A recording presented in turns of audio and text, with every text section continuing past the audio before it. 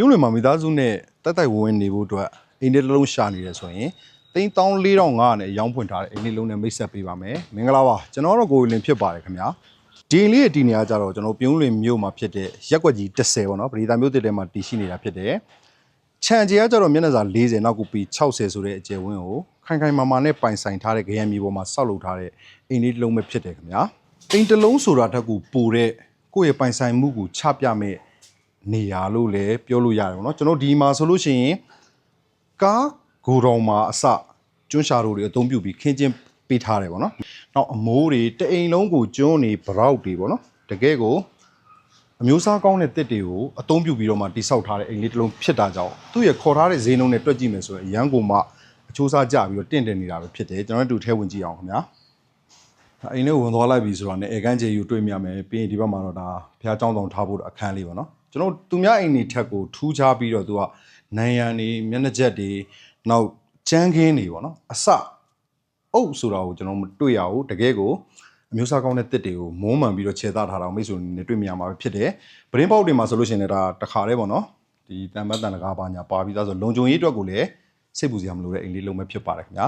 အိမ်ထဲမှာသူကအိတ်ခမ်းအနေနဲ့စုပေါင်း3ခန်းပါဝင်တယ်အိတ်ခမ်း3ခန်းမှာ master bedroom နှစ်ခန်းနဲ့ you single bedroom တစ်ခန်းဆိုပြီးတော့မှဖွဲ့စည်းထည့်သွင်းပြီးတော့တိစောက်ထားတဲ့အိမ်လေးလုံးပဲဖြစ်ပါတယ်ကဲကျွန်တော် master bedroom အခန်းလေးကိုဝင်ပြီးတော့မှပြပေးပါမယ်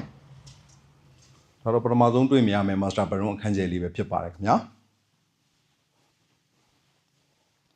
သူအဲ့ master bedroom ခန်းလေးမှာဆိုလေမြင်တွေ့ရမယ့်ရေချိုးခန်းအိမ်သားပေါ့နော်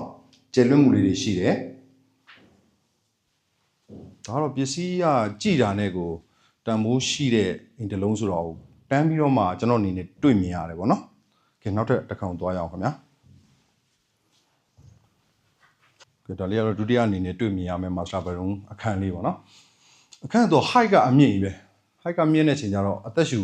ခြောင်တယ်လို့ပြောလို့ရတယ်ပေါ့နော်ကျွန်တော်ဒါကကျွန်တော်တွေ့ရတဲ့ဟာလေးတွေကိုပြောပြတာပါဒီမှာဆိုလို့ရှိရင်လည်းသူ့အတွက်တည်တဲ့ရေချိုးခန်းအိမ်သားလေးတွေ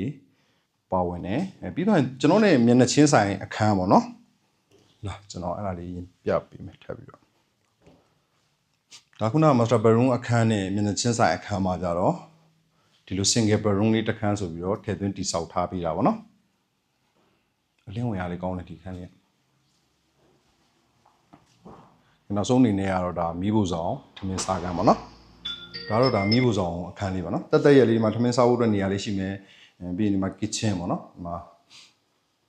နေရန်ကတ်တဲ့ဗီဒီယိုလေးတွေပါမယ်ပစ္စည်းပစ္စယထားပေါ့နော်ဆိုတော့နောက်တစ်ခုအားသာတာပါလဲဆိုတော့ကျွန်တော်အိမ်ကလုံးဝအလုံးပိတ်ကြီးမဟုတ်ဘူးဝင်တဲ့ပေါက်ရှိသလိုထွက်တဲ့ပေါက်လေးလည်းရှိတယ်ဒီကနေနောက်ကိုကျွန်တော်ဒါဘုံသုံး toilet ကိုသွားလို့ရတဲ့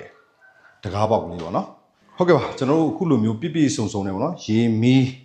အစင်းတဲ့လက်တင်တက်နေုံအိမ်လေးတစ်လုံးကိုခေါ်ထားတဲ့ဈေးနှုန်းကကြတော့14,000နဲ့မှ900ဖြစ်ပါတယ်ခင်ဗျာအဲ့ဒီဈေးနှုန်း14,500ကိုပိုင်ရှင်နဲ့ထိတ်တိုက်